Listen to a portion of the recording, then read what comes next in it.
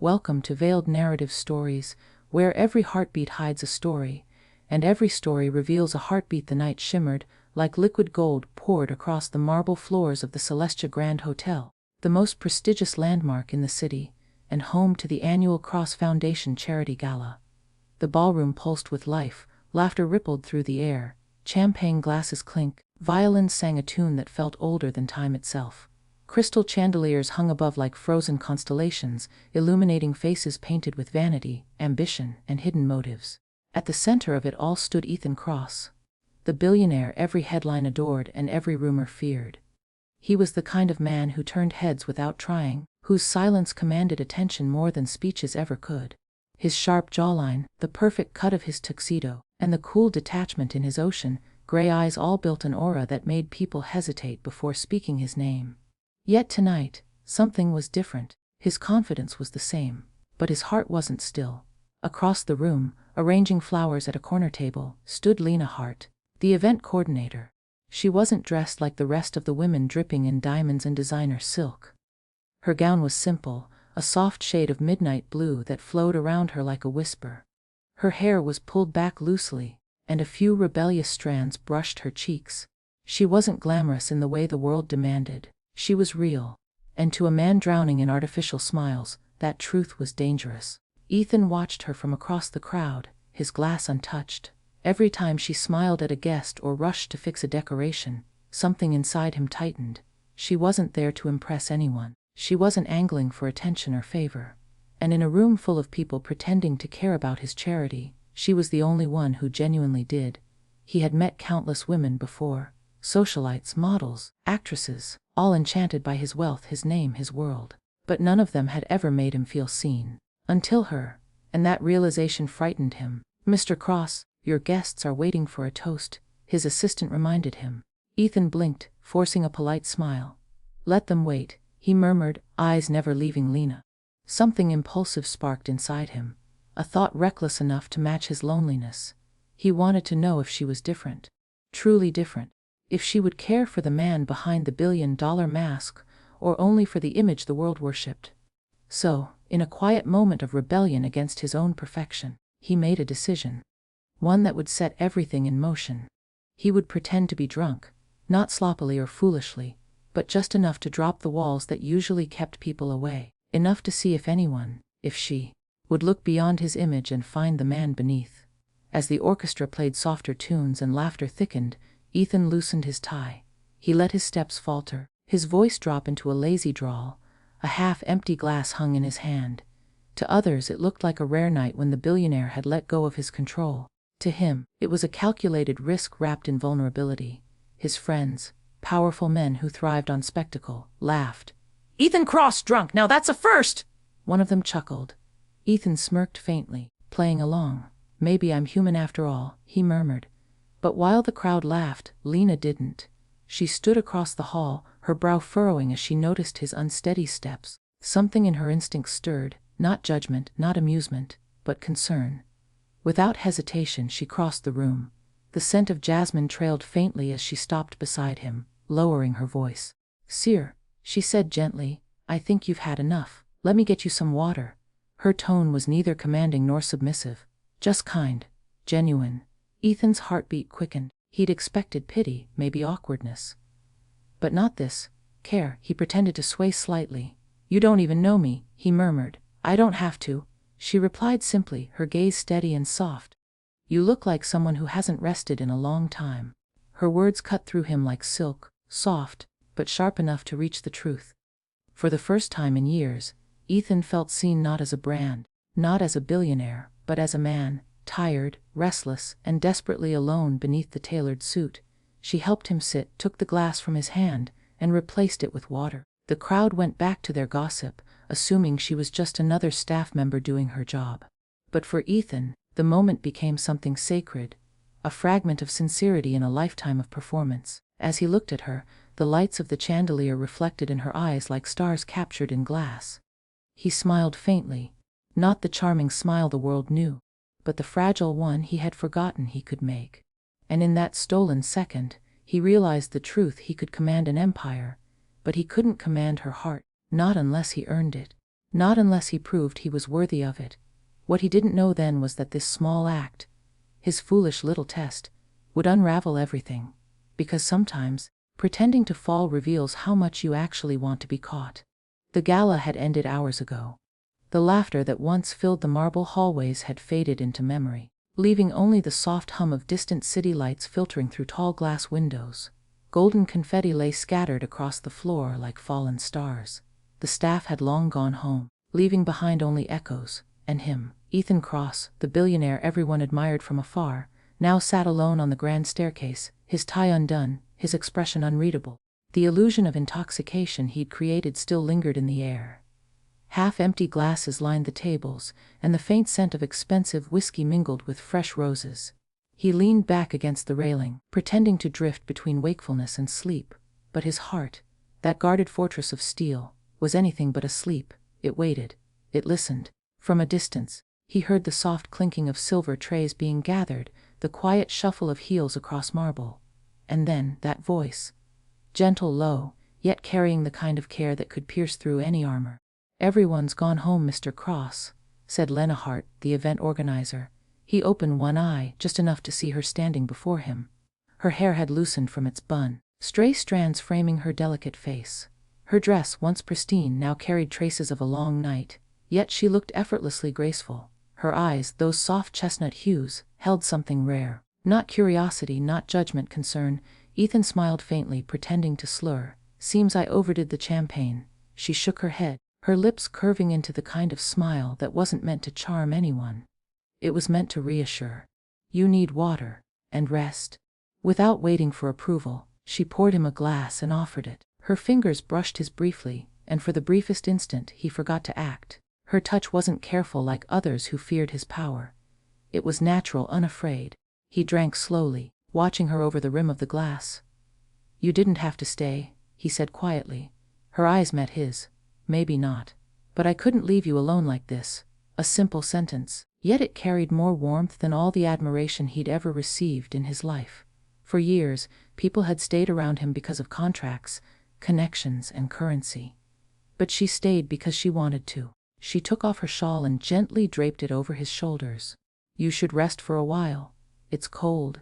Ethan laughed under his breath, low and rough. "No one's ever said that to me before." "What?" "That you should rest," she asked, smiling softly. "That they care enough to notice I need to," he said, his gaze lowering. Her expression shifted. Something in his tone told her there was truth beneath the drunken act. Maybe he wasn't just a billionaire tonight. Maybe he was simply a man, lost behind his own success. Minutes turned into an hour. The silence between them grew comfortable, warm, almost fragile. Lena sat beside him, resting her elbows on her knees. They talked, not about money, not about fame, but about little things. She told him about her mother's small bakery in the countryside, how the smell of cinnamon always reminded her of home. He listened, mesmerized by how easily she spoke, how unfiltered she was. In return, he shared things he never told anyone. His sleepless nights, his father's expectations, the loneliness that came with fortune. "People think power fills every void," he murmured. "But sometimes it only makes the silence louder."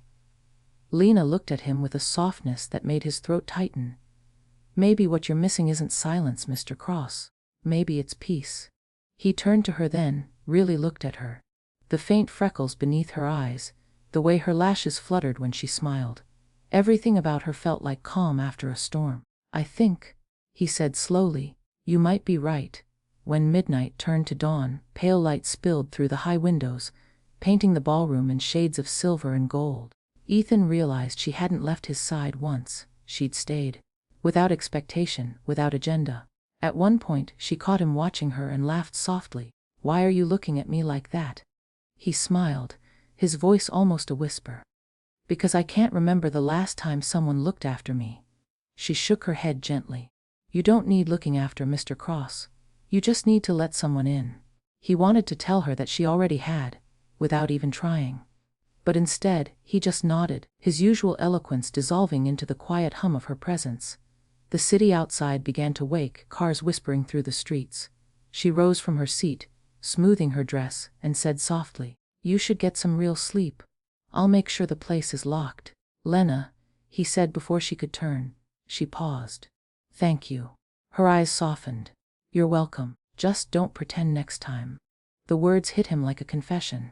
She knew, or maybe she just sensed it, that his drunkenness wasn't real, but his loneliness was. As she walked away, her silhouette framed by the rising sun, Ethan felt something he hadn't felt in years.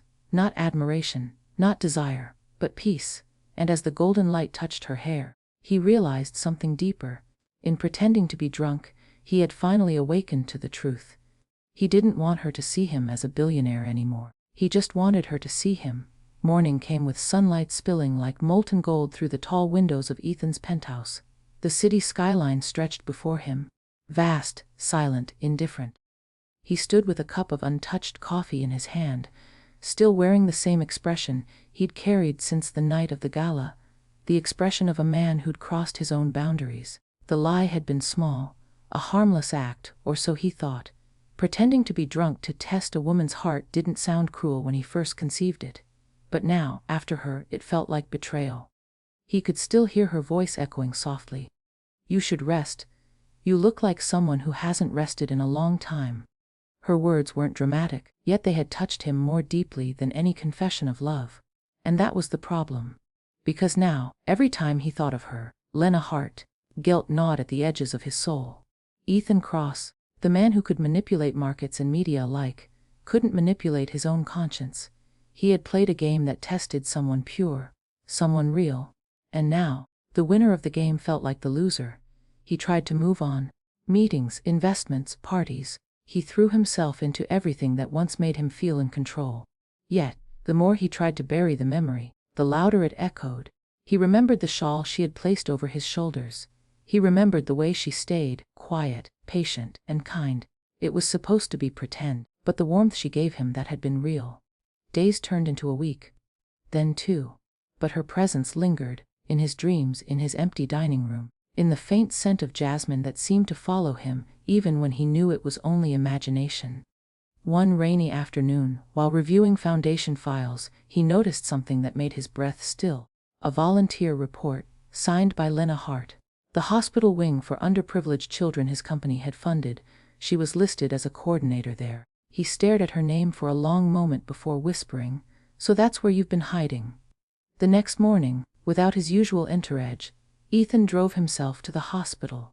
No chauffeur, no security, no photographers, just a man seeking redemption.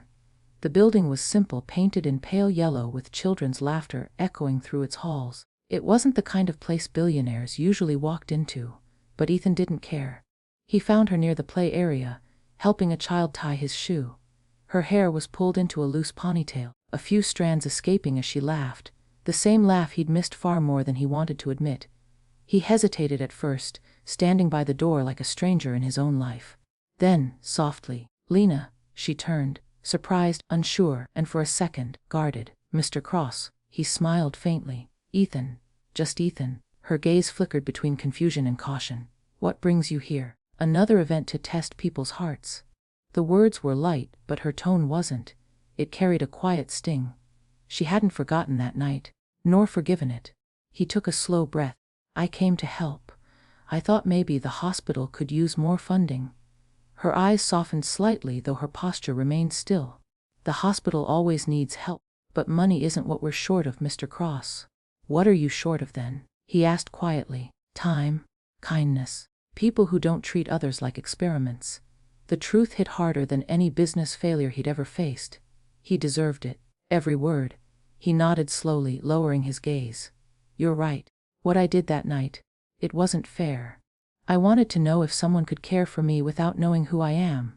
But in doing that, I forgot that you were the one I was testing, and you didn't deserve that." She studied him for a long moment, searching for sincerity. And this time, she found it. His arrogance had vanished, replaced by something human. One of the children tugged her hand. "Miss Lena, are you coming to read us the story?" She smiled at the boy. "In a minute." Then, to Ethan, "You can stay if you want, but no cameras, no speeches, just be here." He nodded, humbled. "I'd like that." He followed her into a small room filled with children sitting in a circle. She read aloud, her voice calm, melodic, full of warmth. Ethan sat in the back watching. The billionaire who once ruled rooms with his presence now sat silently, listening to a story about kindness and truth, and realizing how far from both he had drifted. When the story ended, Lena glanced back. Their eyes met, just for a second, but in that look, he saw something more forgiving than words, a quiet willingness to believe he could change. Later, as the children ran outside to play, she walked past him. "You really came here yourself?" "I had to," he said softly. "Because the man I was pretending to be that night, he wasn't me. But the man sitting here now, I hope he's becoming someone you can look at again." Lena didn't reply. She just smiled faintly. The kind of smile that wasn't forgiveness, but a beginning. And as she walked away to join the children, Ethan felt the weight in his chest lighten. For the first time in years, he wasn't chasing a deal, or a number, or a reputation. He was chasing redemption, and her.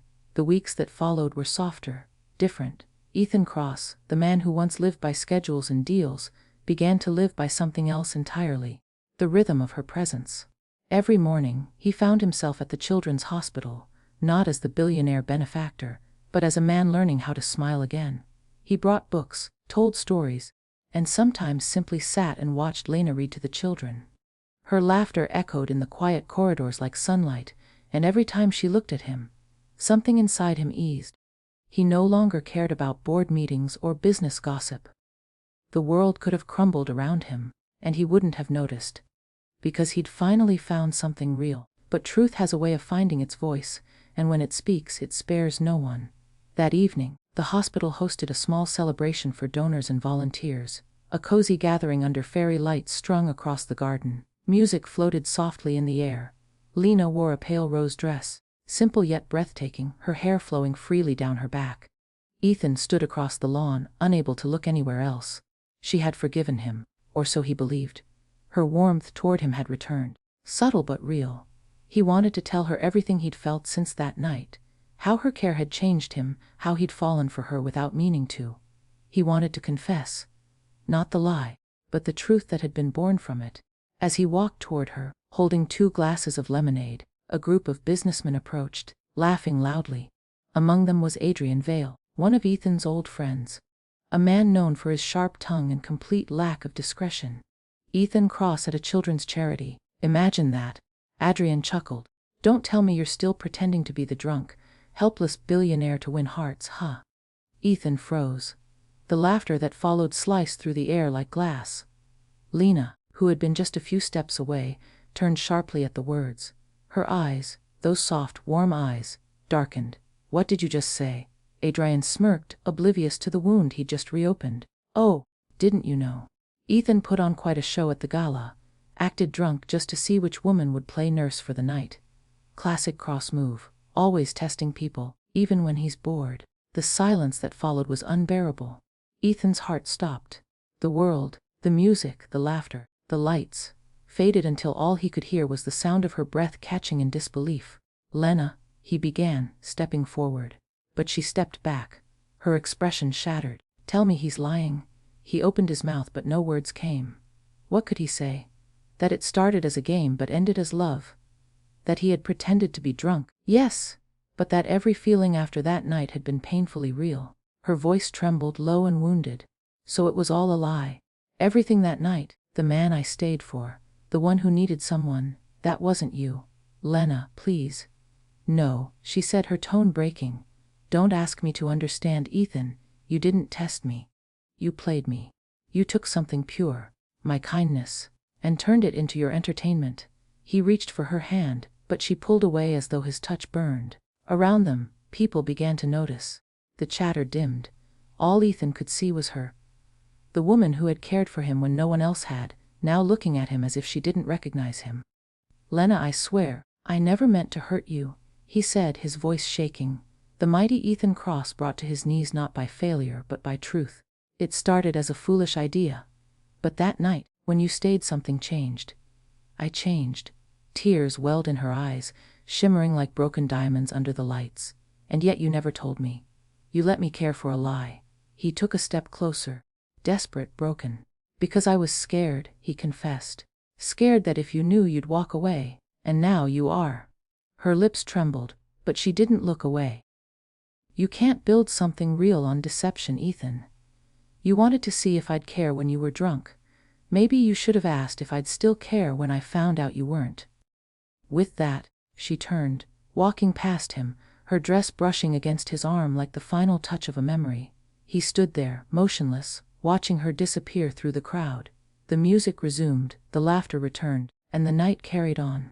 Indifferent to the ruin inside him, the billionaire who had built empires, bought companies, and commanded loyalty with a word, now stood powerless, watching the only person who had ever truly seen him walk away. Later that night, Ethan sat in his car outside the hospital, the lights of the city blurring through the windshield. Her shawl, the one she draped over him that night at the gala, still lay folded on the seat beside him. He picked it up, pressing it to his face as if her scent could still save him. But it couldn't. Because for the first time in his life, Ethan Cross understood what it meant to lose something you couldn't buy back.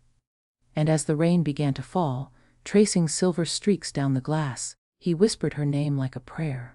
Lena. But the night stayed silent, and in that silence he realized, love isn't lost in absence, it's lost in betrayal. Nights turned into weeks, and the rhythm of Ethan's life slowed into emptiness. The city kept moving, but he didn't. His days bled into each other. Endless meetings, muted voices, and the haunting silence that filled his penthouse. Every window reflected not his power, but his loneliness. He had once been the man who could buy anything. But now all he wanted was something priceless: forgiveness. The memory of her walking away haunted him. He'd replayed that night in his mind 1,000 times. Every word, every tear, every moment when her eyes stopped seeing the man she once trusted. Her shawl still lay draped on his armchair, untouched, a relic of everything he had ruined. He stopped attending galas.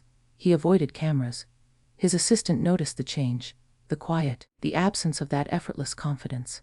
Ethan Cross, the man who once conquered boardrooms, had been conquered by a single truth: he had hurt the only person who ever truly cared. And so, when the morning sun broke one Sunday, soft and golden, he made a decision. It was time to face what he had broken. The hospital courtyard was alive with laughter when he arrived. Children ran across the grass, chasing bubbles that shimmered in the sunlight. Volunteers handed out small gift bags, and music floated through the warm air. Ethan stood by the gate for a long moment, watching, feeling out of place, unworthy, and then he saw her. Lena Hart. She stood under a jacaranda tree, its lilac blossoms falling softly around her. She was wearing a light white dress, simple as always, her hair flowing freely in the breeze. She was smiling, not the forced smile she had given him before, but the real one. The kind of smile that had once healed him without words. For a moment, he couldn't move. His throat tightened. Every heartbeat felt like an apology trying to escape. Then, slowly, he walked toward her. The crowd seemed to fade, leaving only the sound of the wind and the soft laughter of children. When she turned and saw him, her expression changed.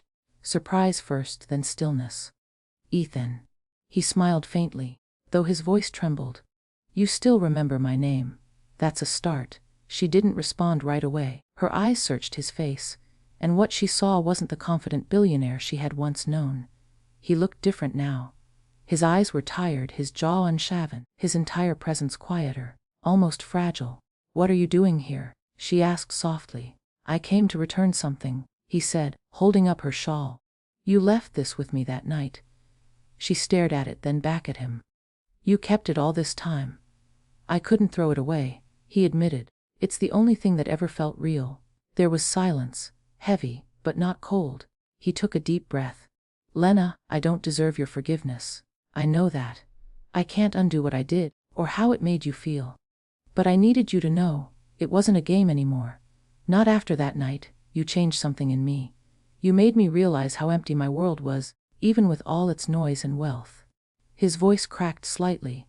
"I pretended to be drunk to see if anyone would care. I didn't know that the person who would make me wish I'd never pretended at all." Lena looked away, blinking against the sting of unshed tears. The wind caught her hair, and he wanted nothing more than to reach out. But he didn't. Not this time. "Ethan," she said quietly, "do you know why it hurt so much?" He shook his head.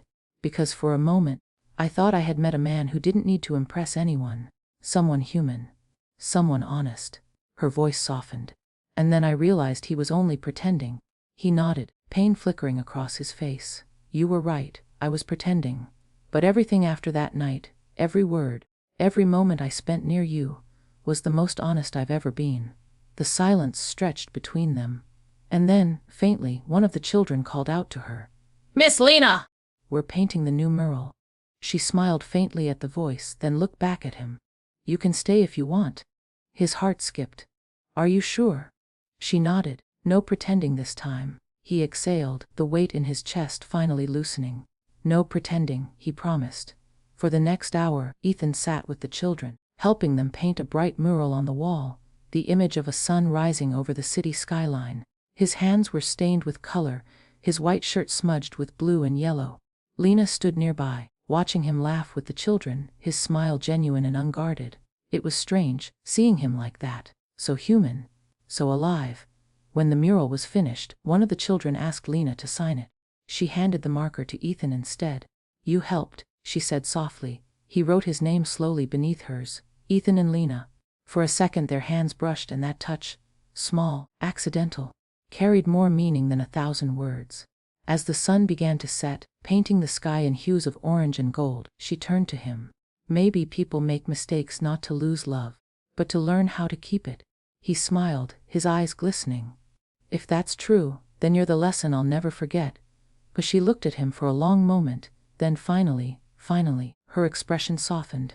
The same gentle warmth he had once fallen for. "Then maybe," she whispered, "you've learned enough." And before he could speak, she stepped forward and hugged him. Slow, hesitant but real. The scent of jasmine surrounded him again, and for the first time in months he felt whole. He didn't speak. He didn't need to. Because some apologies are better written in silence, sealed in the heartbeat of an embrace. As the sky faded into twilight and the world turned quiet, Ethan realized something profound. He had once pretended to be drunk to test love. But now, in her arms, he was intoxicated by something far more powerful: truth. In a world where people wore masks of perfection, Ethan Cross had worn one of his own. A mask of arrogance, of untouchable confidence, of a man who could buy loyalty but never find love. He pretended to be drunk to test if someone would care when he was at his weakest. But fate had a way of humbling even the richest hearts, because in trying to test love, he ended up being tested by it. Lena Hart wasn't a woman who saw status or wealth. She saw the man, tired, lonely, human, behind the billions. Her kindness wasn't calculated, it was instinctive, pure, and without demand. And though he broke her trust, her care never left him. It became the mirror that forced him to confront his own emptiness. Ethan learned that love isn't a performance. It's a truth that can't be faked. It isn't proven through games, or found through manipulation. It's born in sincerity, in small acts of care, and in the quiet courage of forgiveness. When he finally stripped away his lies, he discovered that the only way to be worthy of love was to be honest about who he truly was. And when Lena forgave him, when she looked into his eyes not with bitterness, but with belief, it wasn't just his redemption. It was his rebirth. He had once pretended to stumble so she would catch him. But in the end, it was her love that truly made him fall, and her forgiveness that taught him how to stand again.